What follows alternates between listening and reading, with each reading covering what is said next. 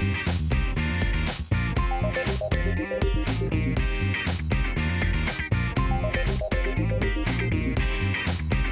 is going to be the second part of our interview at Pope Valley Vineyards here in Pope Valley, oddly enough. And I'm here with David Eakle. David is the vintner and family member. Yeah, jack of all trades. Yeah, again, another person that wears multiple hats. Thank you for having me up here today. I love this space. I love this like crazy. Oh, that's great. No, the second story is amazing, this old cellar, you know. We were chatting about titles, and you had mentioned you have a consulting winemaker. Yes. And that is? Jean Hofflinger. And as our listeners know, Jean is an old friend of ours, and it's great that he's doing that with you. How long has he been consulting? I would say since 2019. That long? Yeah. That's fabulous. Yeah. So, since we have all this estate fruit, we thought getting someone like Jean here would really help the profiles of the wines. With us doing all our own farming in-house, and then bringing the consulting winemaker in, of his caliber would showcase the wines from our estate that, we essentially farm 100% ourselves in-house, our own guys. So every day there's new tasks in the vineyard, of course, but bringing everything together so we have essentially control from what grapes we plant, what root stocks we want, all the way to the winemaking. And we thought that was very important to be vertically integrated.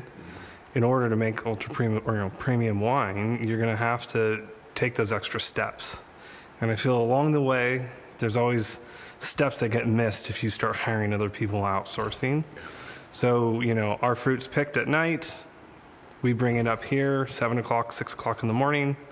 The guys start processing it here at the winery. So there's minimal time where the fruit's laying around. It's not just here or there. It's very streamlined, For his role as your consulting winemaker and your role as the vintner, is this a shoulder-to-shoulder operation? Are you both right there, hands-on with everything that needs to be done? Yeah, I'm here whenever there's something that needs to be done that's very crucial. We have a great team working here. And so with that is, I know the crucial times that I need to be here. And then I choose to have other crucial times where I'm in the vineyard.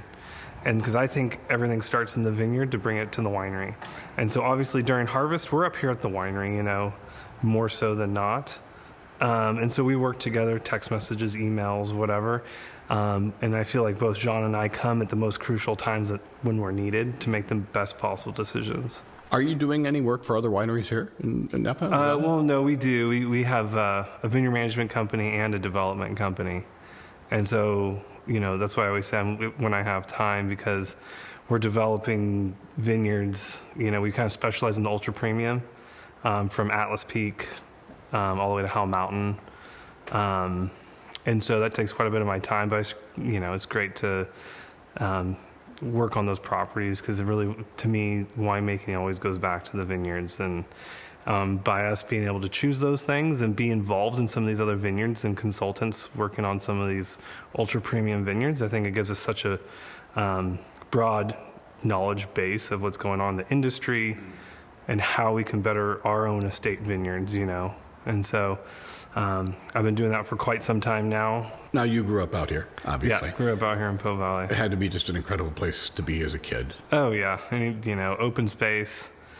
Grew up on a ranch, and, with that always came, I remember our ranch didn't even have vineyard on it when I was a kid. And then, over time you learn how to drive tractors. I was probably driving equipment by the time I was like 12. We planted our Sangiovese in 1997. And so at that point, I don't know, I was probably, 13 or 14. And, I can remember tilling the soil, using shovels. That's how I know Spanish to this day, is because I would be sent out with the crews and as a young kid and, get to learn Spanish and how to use a shovel, which is hard work. And so yeah, I'll bet. I think everything starts with hard work. And by having those experiences growing up out here on a ranch, pretty much in the vineyards, is probably one of the best ways you could grow up. Number one, it teaches you good work ethic and a little bit of culture as well, You're a problem solver. You need to be able to take care of things as they come up. Yeah, I'm a good problem solver. make decisions quick, maybe sometimes too quick. But you know what? I always heard is, the only bad decision is no decision at all. So. And that is the thing. You can't really sit on anything when it has to be done. I guess that's part of the deal out here, too, is that when something happens, it has to be dealt with immediately. It can't be just, well, I'll get to it. Yeah, normally it's, we're going to do this now. And I think with grape growing, wine, everything, it's all timing. And if you hit the timing right, that's where you can really make, premium grapes. If you're like, oh, I'll get to it next week, well, that really doesn't work. No. But. So, let's start that again. So we are in mid-harvest. Are you near the end? Are you at the beginning? Where are you guys at here? We're about right in the middle. We have obviously all the whites off, Sangiovese, Merlot. We have 3 lots of Cabernet left, and we have Malbec, Petit Verdot, and some Tempranillo that we're bringing in. And so pretty much we're kind of waiting for the tank space to open up. The grapes are all but ready, so it's lining up pretty nice. So, it seems like it's kind of just cruising on through. We're going to pick a lot this week. So this next week, we'll probably pull in another 30, 40 tons. And then we'll have a few lots, for the following week. Harvest is obviously a great challenge. It's taking up a lot of your time. And again, having this other business, it's got to be huge demands on your time. Yeah, there's huge demands. I feel like everything's coming to a head for me right now between the vineyard management company, the development company, and harvest with the winery. And so my model is just having great employees. I feel that they make the difference. Because I used to do everything, and that's how I learned. It was like 3 days, no sleep, we're picking all night, then come up here, process all the fruit.